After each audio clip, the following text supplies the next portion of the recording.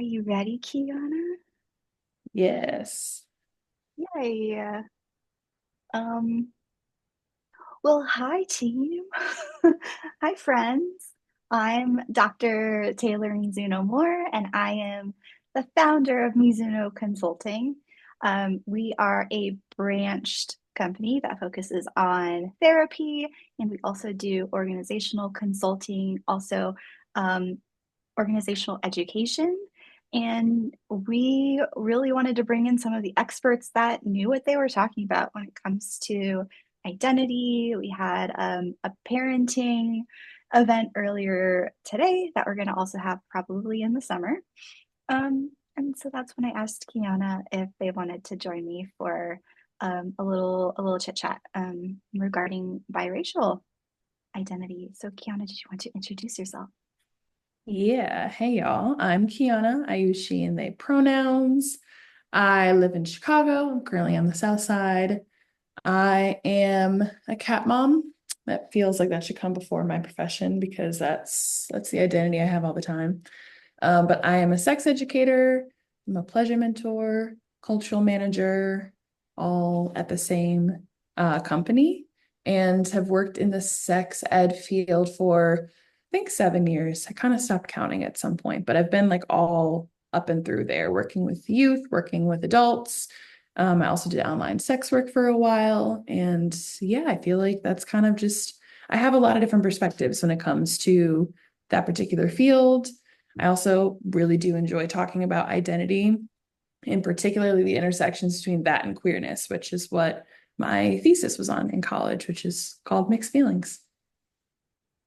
And so when you brought that up, I thought that would be such a great title for our conversation. Um, and really that you are the expert in intersectionality. And I think some of the things that you and I both share is one of the reasons why I think we connected. So for those of us, all five of us that are here, can you share a little bit about maybe um, how how we met, how we know each other, maybe some of our overlap, just for some context for the folks. Yeah, we met in, was it 2020, 2020 or 2021? I think it was 2021. 2021. Mhm. Yes. Yeah, we met at the Expansive group, which is where I'm currently working still. Um, and we were both on the leadership team together.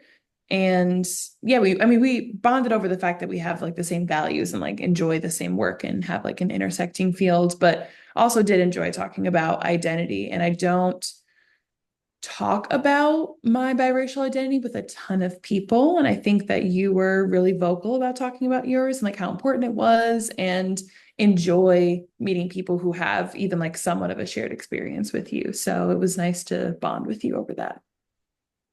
Yeah, I just felt other than just if anybody has met Kiana in person, their energy is so attractive. Yes, it's a smack in the face, but like the good kind. Um, so yeah, I just felt very attracted to you as a human and our shared experiences, and really wanted to know more about you immediately, until really when we were on the leadership team together, and we really had some opportunities to not only bond as professionals, but also bond as humans that again have these shared values in the queer community, especially like the niche that is the queer community in Chicago. Mhm. Um, so um, yeah, so here we are, 2024.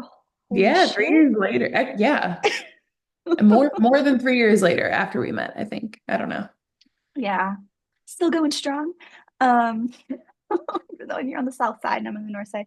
Um, but yeah, so just jumping into biracial identity for for the purpose of just our conversation, a lot of what we're talking about is some of our personal experiences Mhm. in what we share as biracial people, and also maybe some of what the literature and the research shows regarding multiculturalism and when folks hold multiple identities in how complex that is. And really, us as humans, I think we're really brilliant creatures with the ability to hold and own if we're given the space and the environment and the community to really um, embrace those parts of ourselves. So, Kiana, for you, what was it like growing up being biracial? First of all, that was beautifully said. I loved that. Um, I, I, I tried to, when we were talking about this topic for today, I was trying to remember when I had an understanding of what that was at like what age or what moment or what experience. And I can't remember like an exact moment, but I grew up with a dad who was always letting me know that I was biracial, even when I didn't really fully understand what that meant. Um, and I think that was for a lot of reasons that we can get into at some point. So I knew that this word like meant something. But I always say in a funny but very serious manner that when I was maybe 8 or so, I have such a vivid memory of two different Thanksgivings that I went to. One was on my mom's side, one was on my dad's side. My mom is white, my dad is Black American. And it was truly like the classic pumpkin pie versus sweet potato pie and stuffing versus dressing. And it was so obvious to me that I don't quite understand what this means in terms of like larger systems or contexts yet, but I'm learning it in terms of culture. I can tell the difference when I go to this family, how we talk, what our food is like, what music we listen to, and then on this side of the family, what that means. And so for me, it was just very distinct of, I don't know how these things have come to be, but it's such a particular culture over here, and then a vastly different culture over here. Um, so that's always like the memory that I can go to, like, oh, I understand that there's something different here. And I think everybody can probably say that like different families feel very different personality wise, but I think this was so distinct in terms of culture, and cultures that clash like in this particular country too, in a lot of ways. So that was like it's always like a funny, but also true instance of me being like, oh, I don't know how these things mix, but they have mixed in me somehow. And I think I'm confused about that. Other people tend to be confused about that, especially growing up in a white suburb of Chicago and people never really knowing where to place me and like running down the list of things that they think that I am, even after I've very like honestly and like directly told them who I am and what I am. So yeah, that's like a sliver of my experience. It's so interesting too how folks' implicit understanding of race kind of gets slipped out. Gatsby's going to make an appearance, apparently, Yeah. gets slipped out. Um, Gatsby's a full domestic breed feline. Um, uh, just kind of like it's very interesting to see those sorts of constructs come out in conversation um, in a curious way. Like, oh, it's very interesting how you're perceiving me in this way, even though I have directly given you language to use. That's Mhm. important to me. Um, I mean, very similarly, I think culture is a really great component of how to understand biracial like community and culture. My mom is Japanese, my dad is white, a very specific kind of white too. So, Army, Vietnam. Um, so there is sort of this, you know, post World War II generational need to assimilate culture that my mom was going through, and then my dad having to get drafted, unfortunately, to Vietnam and then come back. And then we're dealing with those microaggressions and macroaggressions against Asian folks. My dad's adopted, so a lot of that family non-existent. Um, there was no grandma and grandpa's house on my dad's side. There was no Thanksgiving, Christmas, or any of the holidays on my dad's side. So I was raised completely in a Japanese family.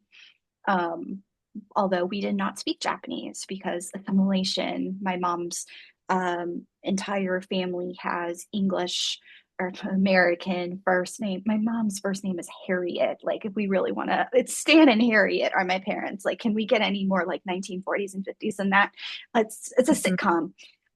And then they spit me out, and then the sitcom ended. Um, So, I think that that's very confusing when you're a child, needing to figure out this world is not built for um, the very beautiful mixes that you and I both hold.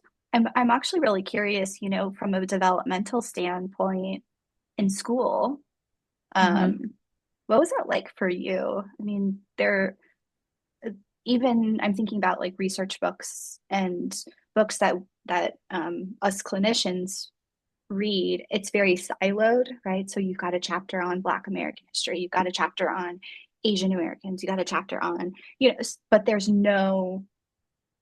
multiculturalism, but Mhm.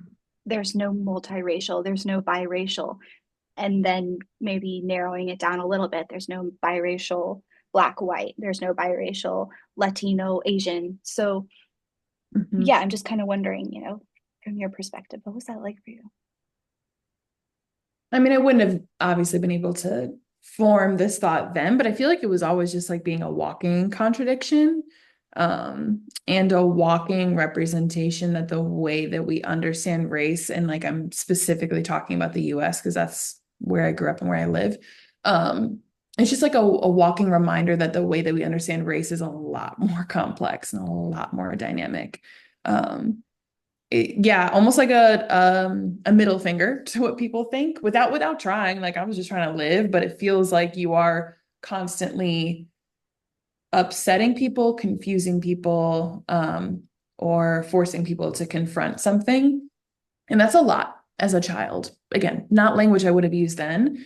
But I did often the classic, like biracial experience of feeling like people were trying to place me in a box, quite literally not knowing what box to check on forms. Because most of the time there was not yet a more than one option. But yeah, when I was younger, I mean, I had experiences of being both in a very culty white Baptist Christian school and then also public school for a while. And yeah, that was a really interesting experience, like being in that environment before being in public school, especially being a child of people who were not married. There was a lot of just like things that should not be happening. There was race mixing. There was a child out of wedlock. It was again just like a walking thing of being like, I didn't choose to be these things, but I own these things, and it really upsets and frustrates people. Kind of just like goes against purity, like within purity culture, like at all times. I had a lot of kids say that I was adopted when I wasn't, as if like being adopted is an issue, which it's not, but it was thrown around as if like a slur then, and not believing that that was my parent who was picking me up from school, or if they saw one parent pick me up one week and then they saw the other parent, they were like, "That's not possible." So which one is your parent? Um, my dad tells a very funny story about the fact that I had two best friends, I think in third grade. One was white, and I mean like blonde hair, blue eyed, and a best friend that was black. And the two of us were the only black people in the class, even though obviously we have different experiences being black. And when my dad came to pick me up, it had normally been my mom. And my other best friend who was white was like, so and so talking to the other black girl, like, your dad is here. And she was like, "That's not my dad. Like, that's Kiana's dad." And like the perplexed look on her face, like she literally like went back and forth and could not figure it out. And my dad had to like sit her down and explain to her what being biracial was. And it was just a lot of things that people like had not experienced before. Also, when I would go visit my cousins on the south side, their friends did not understand me because they also had not been exposed to a lot of biracial people, if any biracial people at all. So I just think a lot of like mono racial culture and uh yeah, feeling like I don't think I'm a problem, but there seems to be something to figure out here, like a math equation, instead of just going through like normal kind of puberty things that also seemed like an added layer. Don't even get me started on throwing in like queerness and not understanding that at that age is like a whole other thing. Um, which I think the two definitely inform each other, and I know we will get to that at some point. But yeah, what was it like for you? I know like we grew up in two very different states. I don't know what it was exactly like for you, if you also felt like being around a lot of white folks like was having you feel like you needed to assimilate in a certain way, if your family was also, even not directly but indirectly, also saying like we are still in this assimilation process, and like what was it like for you development wise? First, thank you for sharing all of that because I think like revisiting childhood when is so confusing, especially when we're seeing our friends experience that confusion, maybe even on our behalf. It's an interesting, thing to revisit. So thank you. Yeah, I grew up in LA. I grew up in Southern California, and we're talking like white, small beach town. Um, it's when I think back on it, I can't believe that that's the community that I grew up in because it is so homogeneous in that it is affluent and very, very white. I was considered a white kid. I'm extremely white passing, which is a privilege. And also, a lot of really interesting conversations take place when people don't think that you're also a minority.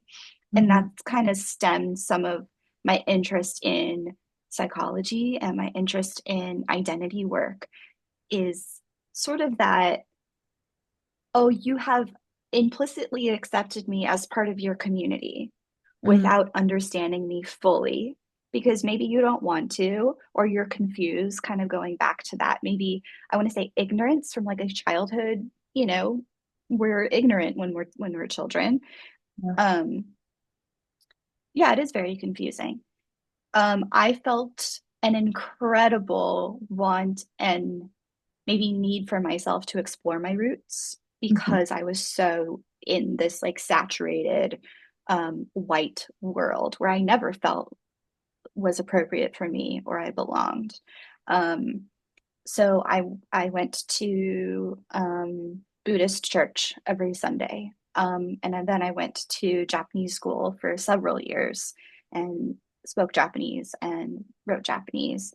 Visited Absolutely. Japan every other summer for many many years. Lived there for a year, um, and it's so interesting just how contrasting those experiences were. You have one where I'm in school, public school in a white setting, and then I'm in Japanese school with a bunch of Japanese kids.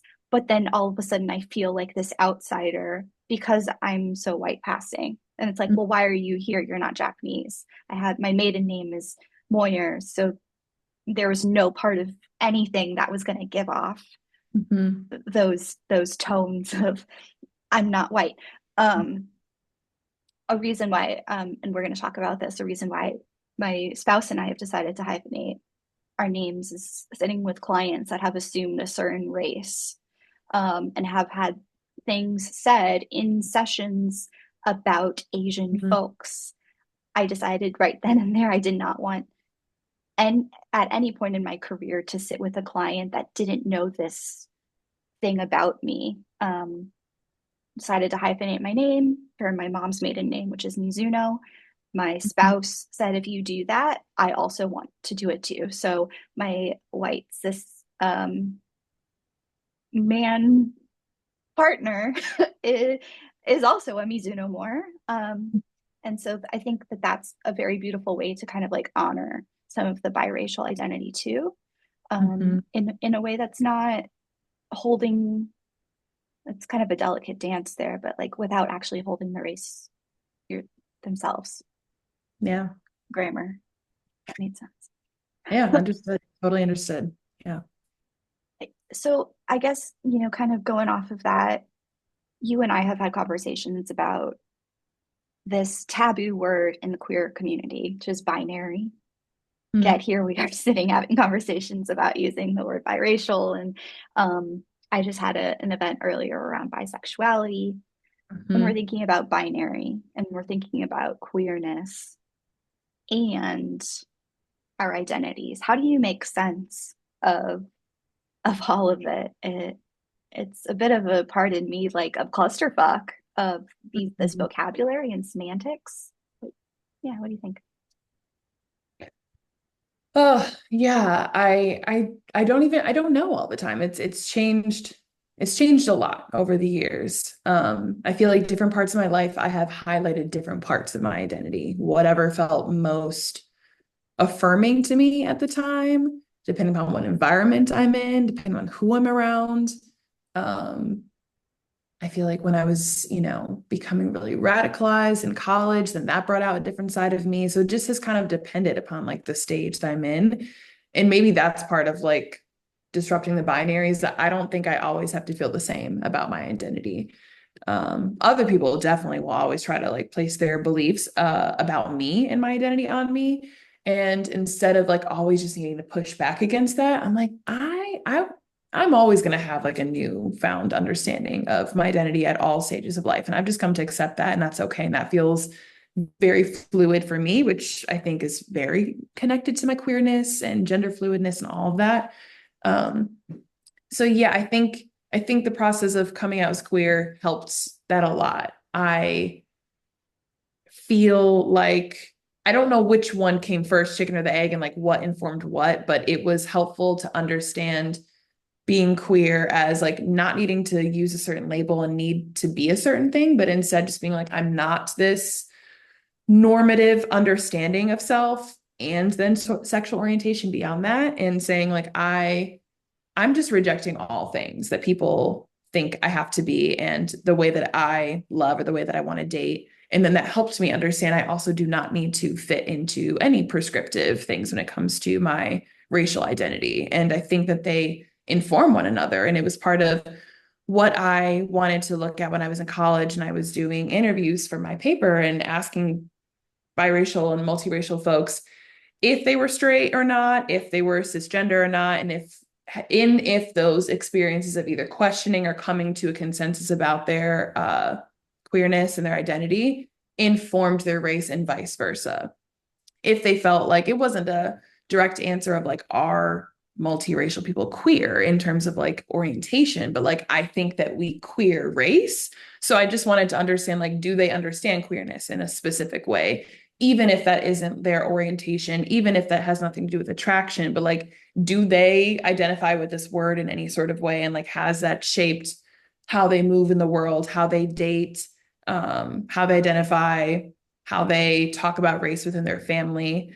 So yeah, I feel like it's just an ongoing journey, but there are definitely times and places where I feel like I explicitly talk about being biracial and other times where I don't. And I just lean into like my Black identity and being Black. Anybody in the Black community would look at me and already understand that we don't have the same Black experience. So sometimes it feels like it's unspoken. And then there are other times where I feel like it is a responsible thing to talk about, like very important because of the privilege that I have within that community.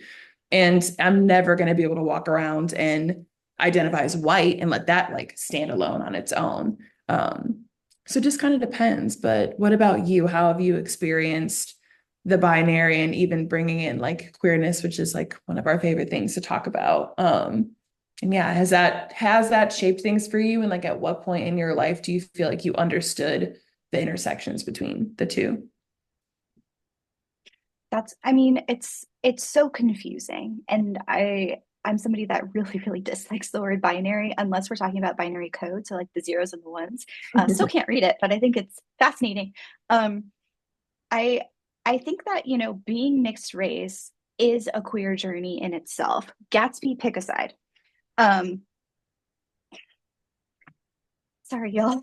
Luna's also running around down here, and I'm just like, please chill, girl. So it's okay. Um, Navigating being mixed race was coming to an understanding that folks are going to pull out parts of my identity even if I don't want, even if I don't have control over it. I'm going to be seen explicitly even if implicitly I feel X, Y, or Z in a certain setting. I think in an academic setting, I have always put my Asian roots forward because I feel like those are the experiences that aren't being seen as Right. much and need more representation. So if I have the privilege to step forward and into that, then I'm going to take advantage of it. other times I'm tired and I want to be white that day. And I feel very fortunate where I can say, you know what, I'm going to take a back seat and, I don't want to have to try to take the initiative here.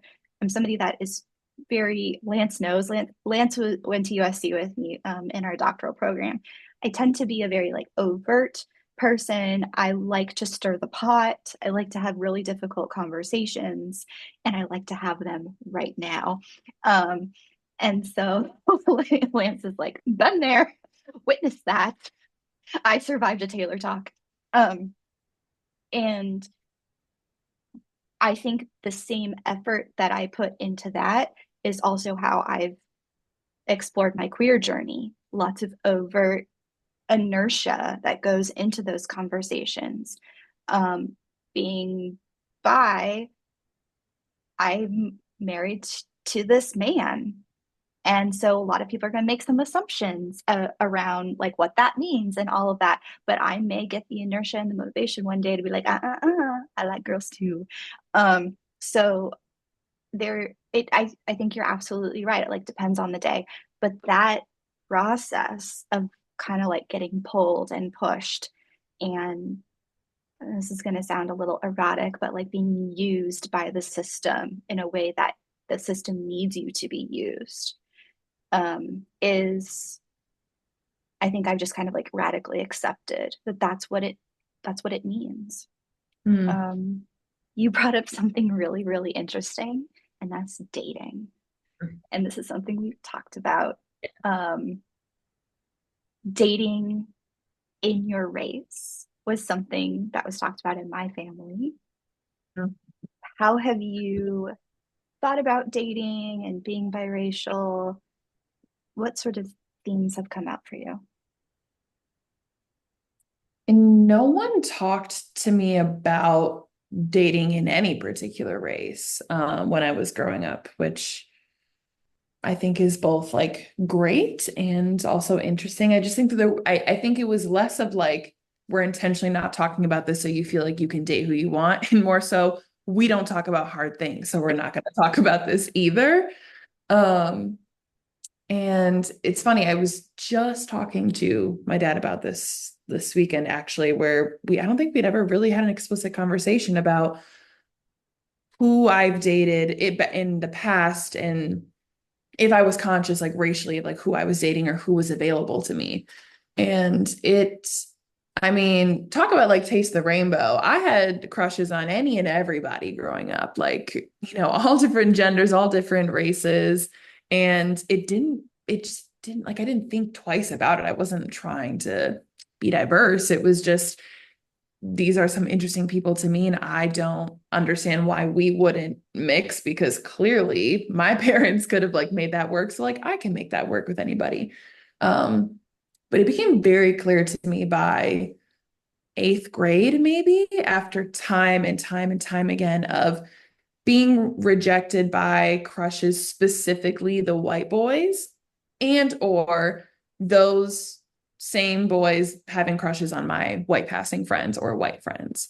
And I was like, oh, I'm picking up on a pattern here. Like, I think no one's ever explicitly said anything to me, but I think I'm kind of tired of not giving myself like the best chance of like having a match here. And so high school minds like subconsciously was like, we're not dating white boys anymore. And at this point, I was straight. So I was like, well, then everybody else is still fair game. And it was then made very clear to me by like, I don't know, sophomore year of high school that also wasn't true. It was still like anti-Blackness in every community. So there were still so many types of people that were off limits. And I don't even feel like repeating it today because it just isn't a great thing that was said, but I was told so explicitly by this Mexican boy who was a friend of a friend um, what his thoughts were about Black girls. And I was like, huh. And to this day, I never will know if he was telling me because in that moment he was seeing me as a Black girl and he was letting me know, even though I had zero interest in this man, that like this wasn't going to be a thing or like he was sticking to other groups of people, or if he was not seeing me as a Black girl. And so he felt comfortable sharing that with me and saying that to me the same way that, you've shared earlier of like, people say some really wild things to you when they think that you're not going to be offended or you don't identify a certain way. So I learned very quickly then I was like, got it. Got it. We are sticking to our race, which is funny because it's like I have more than one race, but it was very telling of like, this is the direction that I'm being pushed in, which wasn't an issue for me. Like I said, I had an interest in everybody, but it was just upsetting that it wasn't a choice anymore, that it was like, this is being forced on you because other people are not open to dating you or people like you. And that really informed even like after coming out, like there's a very obvious dating history and like pattern for me. One, because there's like familiarity and like the same cultural norms and just like feeling comfort in that. But also, I think it was just shaped from early on of like, this is all that's available to you. So I've never stepped outside of that to this day, kind of on purpose, and then also like not on purpose at all.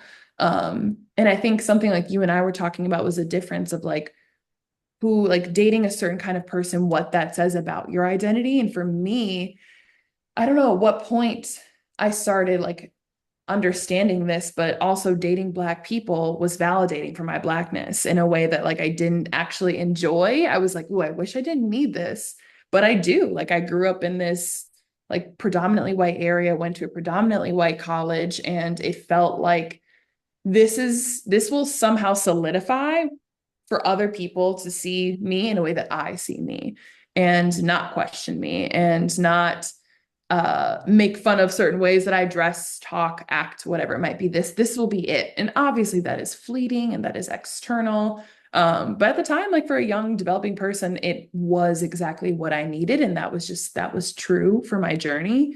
And I don't feel that way anymore, but it took a lot of years and it took therapy talking about that of like, how do I find that internal sense of validation and stability in who I am, knowing that like how I feel about my identity will always be in flux, no matter who I'm dating.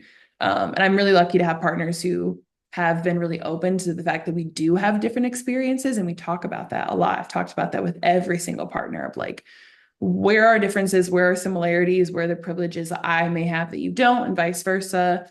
Um, and yeah, so like dating was very tumultuous if I honestly think about it, even though I don't think I would have called it that at the time. I was just like, well, we're just gonna keep trying. And when I look back, I was like, that's sad though, that like that was decided for me and not something that I came, like a conclusion that I came to on my own. Mm. I find it so interesting, like where we find our safety. Mhm. And when I think that's actually a very common experience for queer folks and biracial folks, where we don't get a whole lot of say in what is decided for us. Well, I just repeated myself, but I you mean, say know, it again. Maybe it just needed to be stated again. it's say it again, again. Um, there's something you and I have talked about was this racial hierarchy, that there is a racial hierarchy that exists even within the biracial community. We've talked about colorism and just kind of taking like racism aside. There is also systemic racism within race. So I think one of the things that we were talking about when we were just kind of like shooting the shit was um I didn't realize until I was in college and I was studying East Asian literature that Asian communities have racism, and that depending on, you know, as somebody that was raised that is Japanese, we're talking about how Japanese occupied Korea, and there's all that gets carried also into your identity. Um, and so being brought up with this idea of there's a system within the Asian community, there's a system within America. That's enough. Can we all agree? I'm 36, and that's enough for all of us. There's also the racism that exists within Latino community, and then all of a sudden we've just fucked everyone over with here we are as two biracial people being like, what do you do now? Hmm. Yeah. Um, One of the things I think that I was reflecting on after we were prepping was how much safety I found in uh, this is a bit ironic, but white men, um, in that when I was in Japan, there was a lot of fetishizing of me being biracial, um, being part white, and that was very, very, very uncomfortable being 9, 10 years old and Mm-hmm. walking the streets and feeling very creeped out by how men were looking at me. Um, I want to say that that felt very similar to the way some men and women too were viewing me being a biracial person as well, but it wasn't as intense. So there was a lot of maybe a lot more security in white men um, in the U.S. Mm-hmm. What's really interesting is that I've like exclusively dated um, white men, but what I actually didn't realize, Kiana, is because I came out later in life, I dated biracial women and Mm-hmm. didn't realize it. So all the women that I dated were biracial because we had that like weird queer thing that you do when you're best friends, but then you don't really know if you're best friends or you're dating, and then you realize you're dating, and then you have the biphobia, and you're like, break up. Yeah. And then I Or married like a the do white I want guy. to be you or do I want to be under you or on you? Yeah.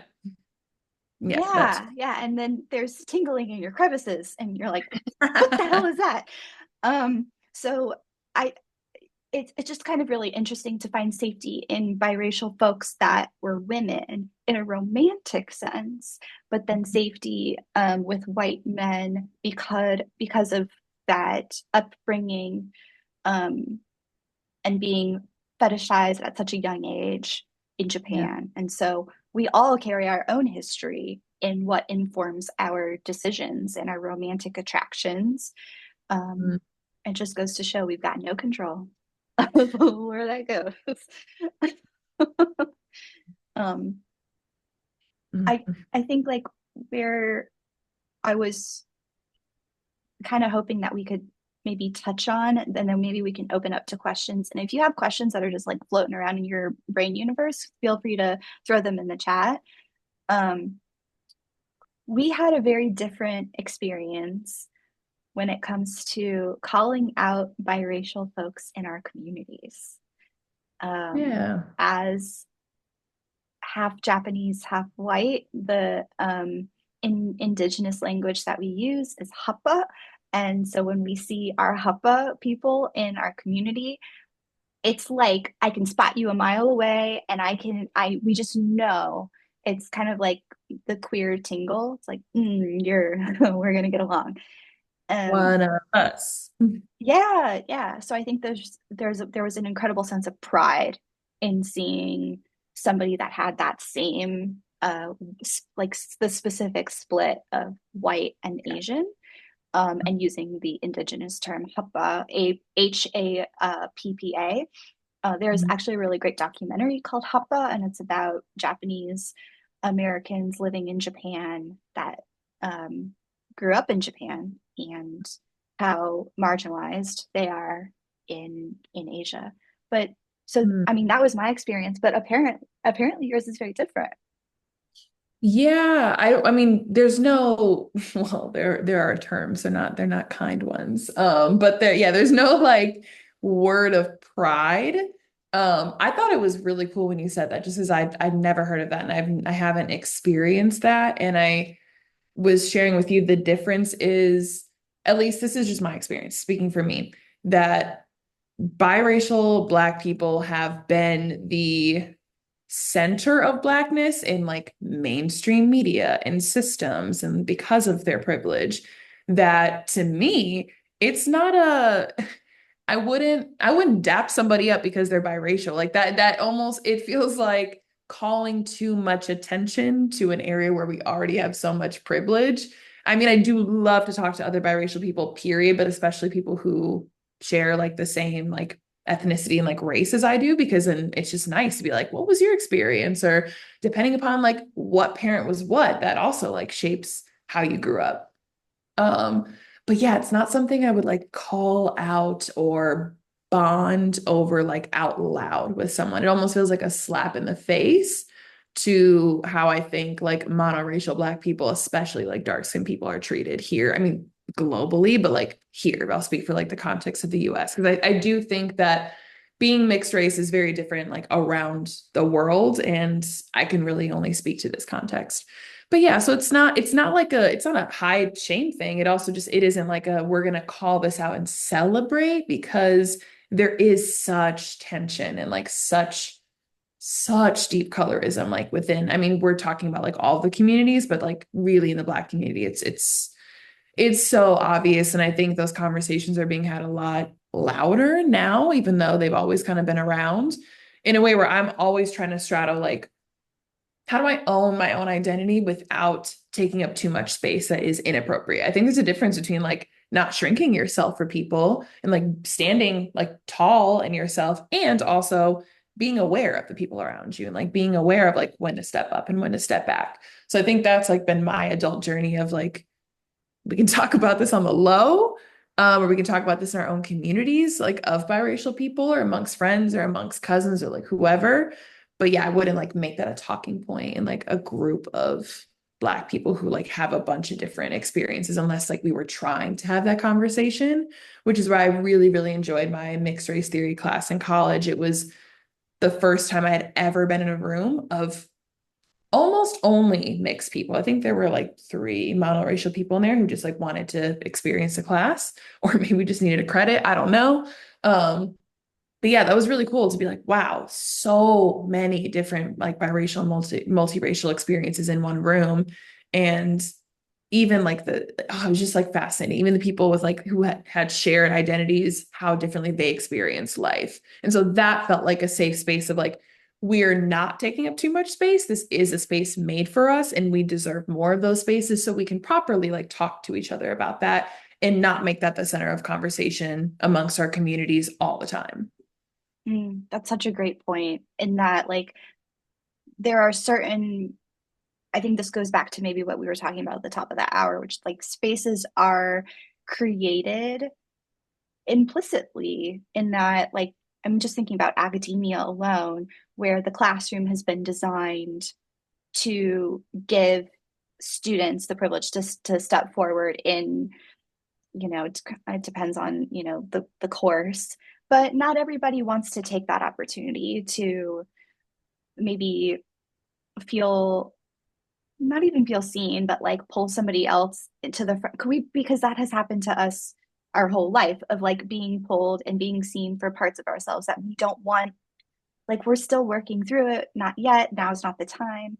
Um, but I find it so interesting how pride in the biracial community is experienced in very different ways.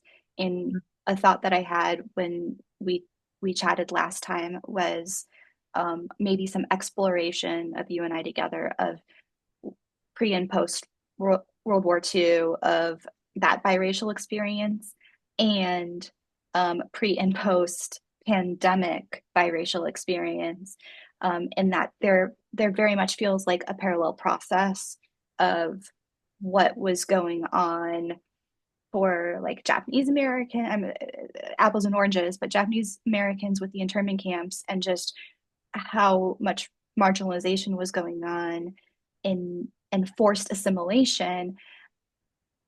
And so they chose to diminish themselves, make themselves small, silent. The silent Asian women is a stereotype for a reason. And here we have a this revolution of a community that is choosing no longer to be silenced.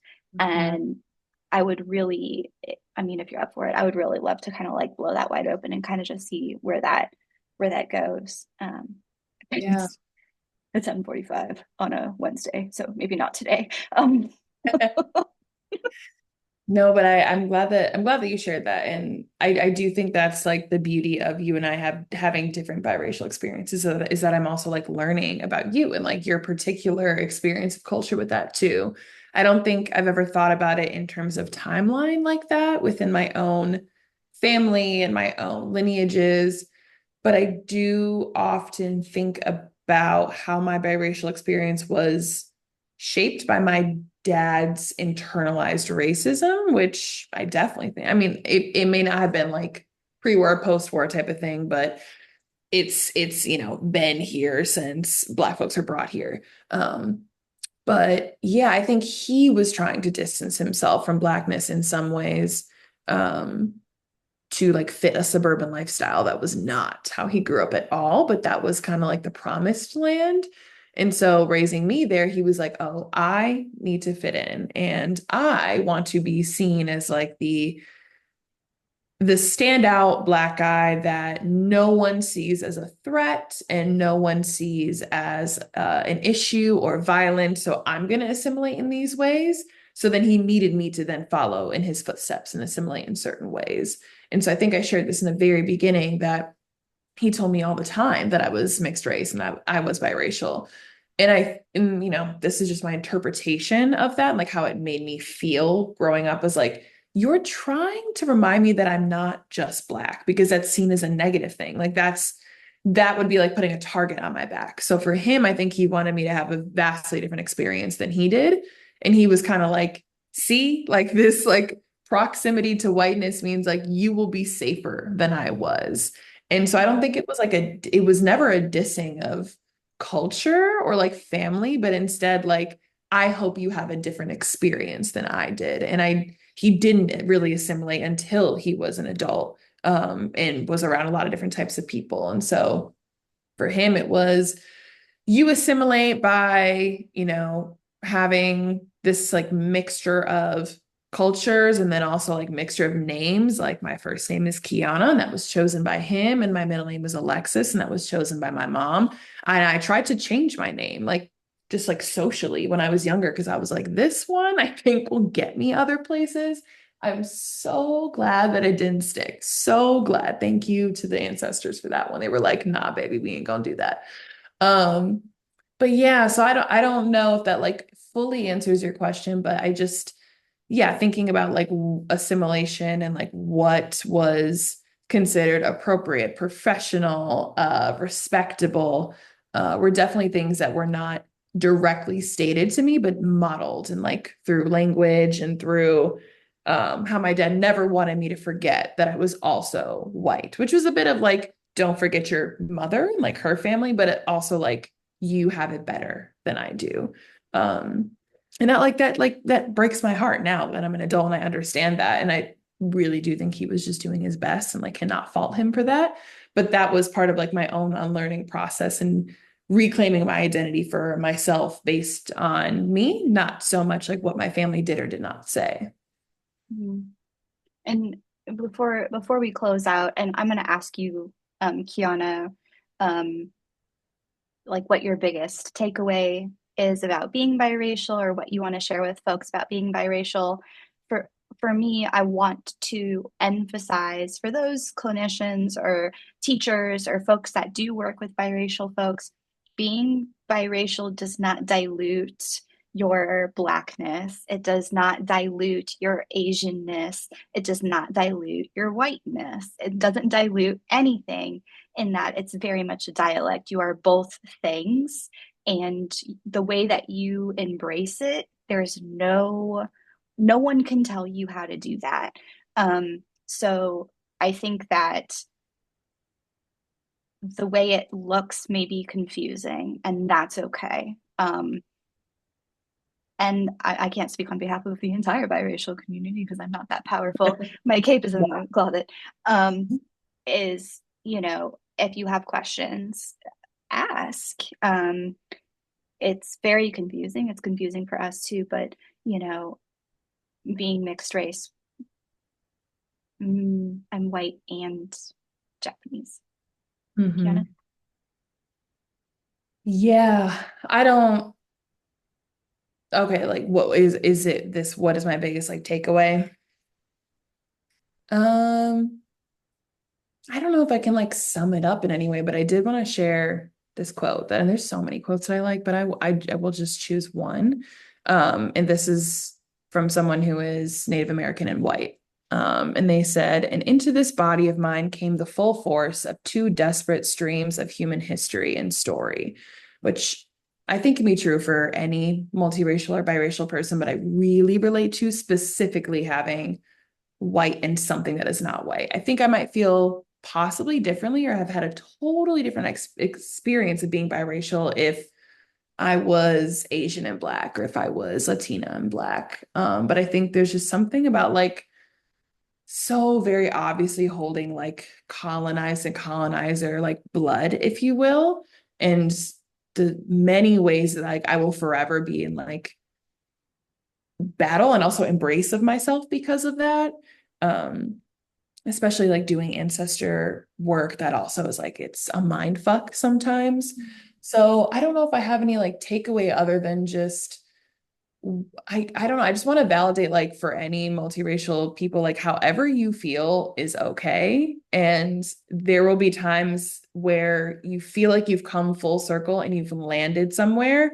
And then something shifts and you're like, I no longer get myself. I no longer understand. Or I actually want to use a different term or identity than I used to use. And like, that's okay too, because nobody can define your experience for you. And I think that that's something that multiracial folks can teach everybody is like your experience is your own, even like within specific monoracial communities, like we're not a monolith. And I think all people of color kind of like blow that idea out of the water, but queer folks and like queerness in terms of like race, like I think we walk around and like are truly a walking representation of you are a multitude of things and that's a very confusing and beautiful thing and that's just the human experience right there. But I know we do have questions in the chat, so I want us to be able to look at that. Yay. Lance, do you find that biracial people have, what does this word mean? Propensity? That's an Propensity? SAT word. Oh, same. I'm like, Taylor, what's that mean? I'm sorry. You want me What Teach does to that us. mean? propensity, like more apt or like more, like I Oomph, don't know. It means propensity. I have to look it up. oomph. It's propensity. You said Okay, I'm so what it said. I said what I said. shush. I wonder if people with multiple positionalities and intersectionalities are more likely to be introduced to other non-binaries. Okay, I can speak a little to this from the research perspective, in that if I'm believing that propensity is me, I think it is. A lot of the research does show that biracial people or multiracial people use resilience, specifically post-traumatic growth, which are two different things. Resilience is you're going along, something happens, shoots you down, and then resilience is boom, puts you right back where you started. Post traumatic growth is you're going along, something happens, boop, but then it's a springboard and you use it to shoot back up and then some. So biracial and multiracial people are more likely to embrace queerness, gender queerness, in the context also of race, ethnicity, religion, and the ones that you put in there, because that they are able to use post-traumatic growth to understand nuance, to understand gray area. Um, I think it's a little outdated. I think it's 2021, 2022 were the citations. Again, that is if I'm understanding propensity correctly. Kiana, any additions?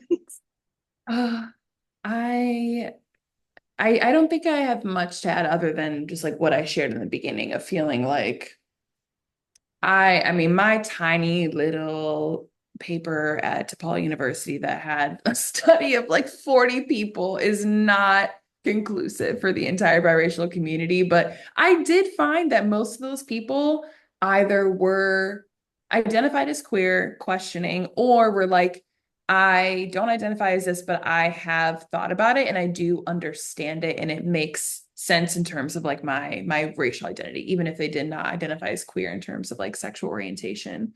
Um, so I guess I'll just speak for me and say like I think so. I think that people with multiple positionalities definitely are introduced to those ideas, but maybe without that language. And maybe even if the language wasn't there, it would be like more likely because once you start adding like specific labels, I think people could be thrown off by like what that means. But I'm like, if we just kind of let ourselves be, then I think there'd be a lot more like little queer, genderqueer babies running around here because they've always been like floating between two or multiple worlds and like straddling lines their whole life. So it's kind of like, yeah, why couldn't you straddle lines of gender and sexuality in many ways? And that could still be people identifying as like straight or cis at the end of the day, but it might mean like, but they understand their gender in a very queer way. Like that could mean someone being like a very masculine woman, but still identifying as cisgender.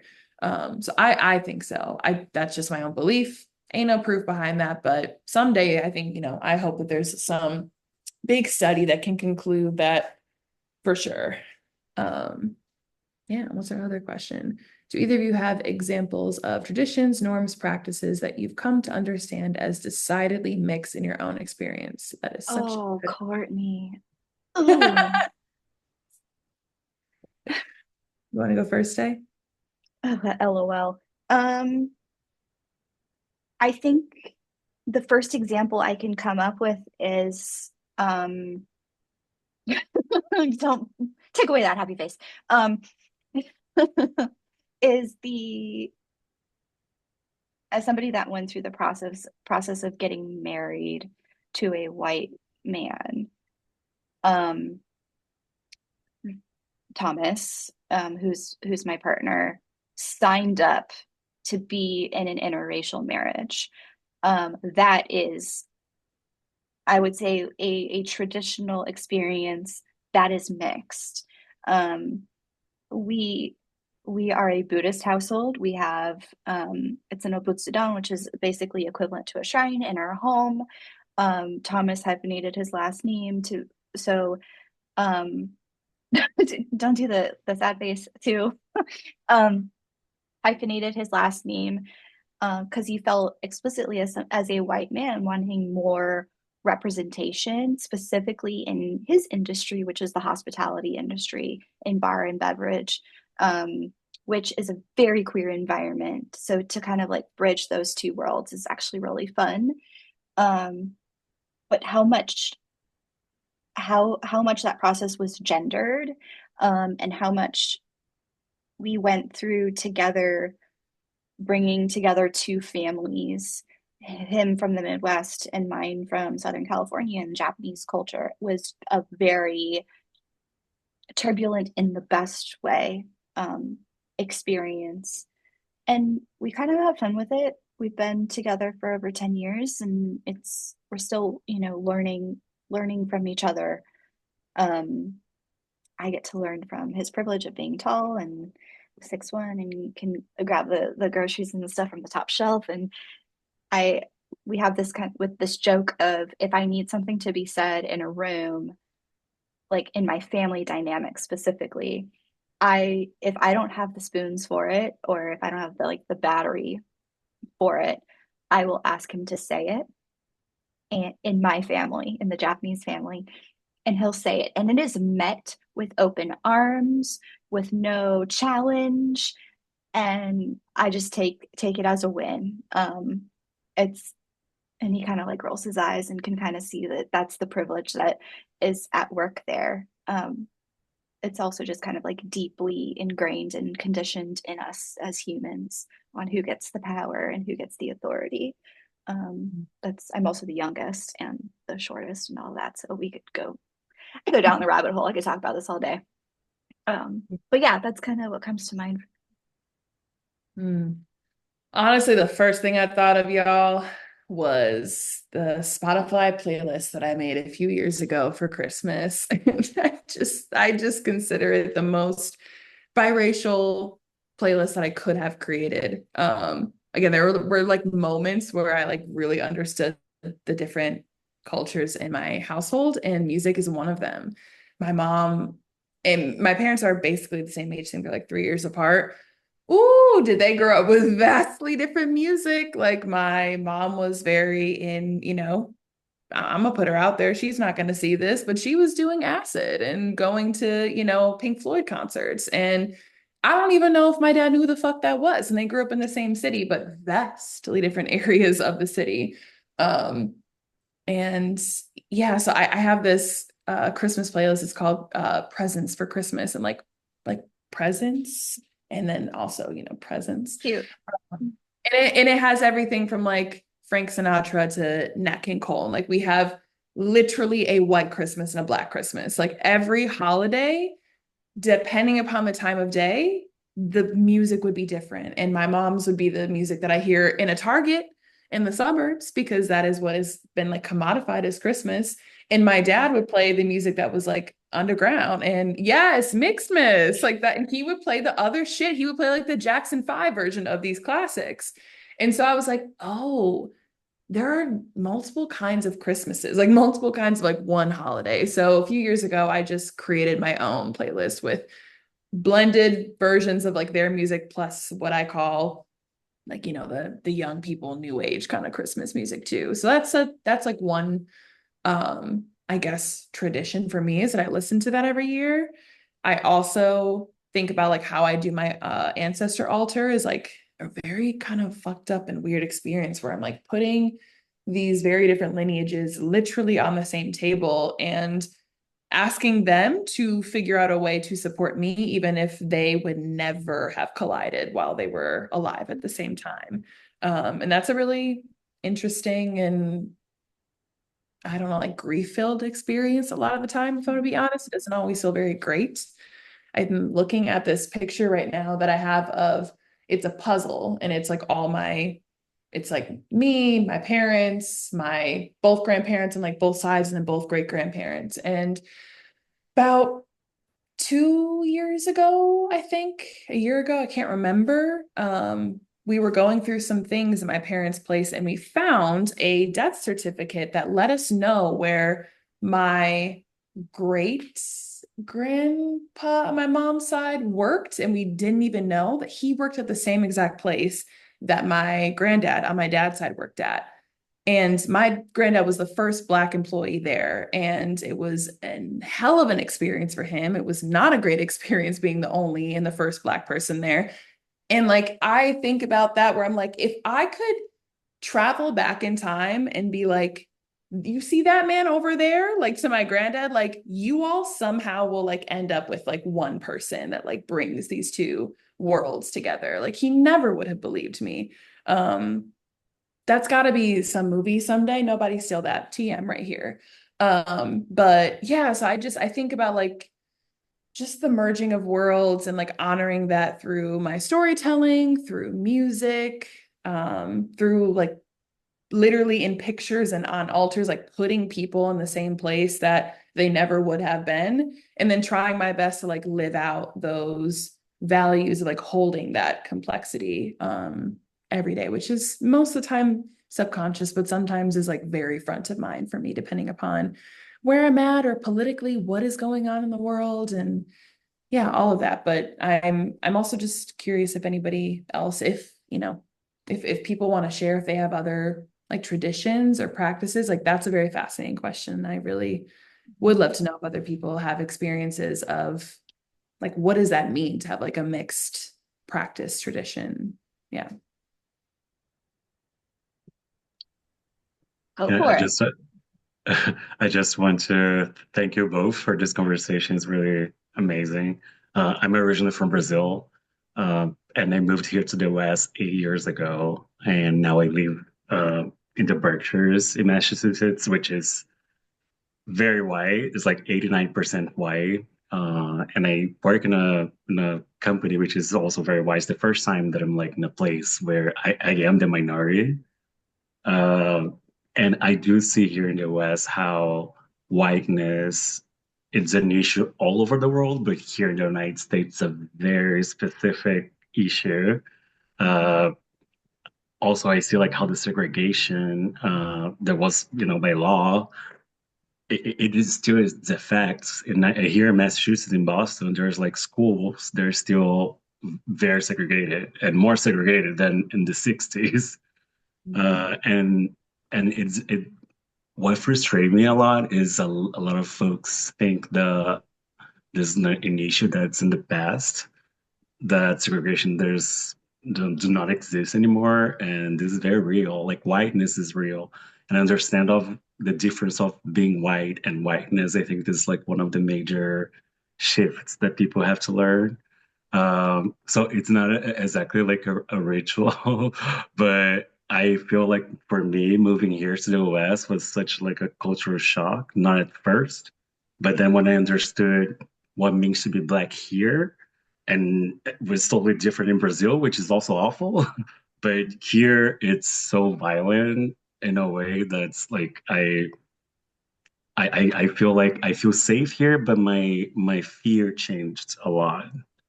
Is weird to explain it. I think that makes total sense. I Right. appreciate hearing that, especially hearing about that experience from someone who didn't grow up here. So thanks for sharing that. Sure. Really appreciate that. I'm sure, 8 years is a long time and also a short time. And so I'm sure that the culture shock of like how much, I mean, really what you're describing is the experience, I think, of the the shit that is US history. Um, and yeah, what you said something really interesting, which is that you feel safe, yet your fear changed. And that just stood out for me. So thank you so much for sharing. Yeah, sure. And also I see like how uh like as I said, history here it's shady, but also I feel in this last decades feels like history was twisted, and a lot of people do not understand what happened and cannot see that now we have a genocide happening and and everything is actually repeating itself. So I think like understanding history, that's like the most important part now. Absolutely. Reach. Mhm. Thank you so much. Anyone else?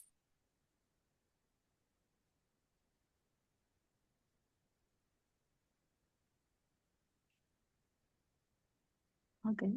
All good. Well, I'm gonna stick around for a bit and chat with my team a little bit for those of you that popped on a little later.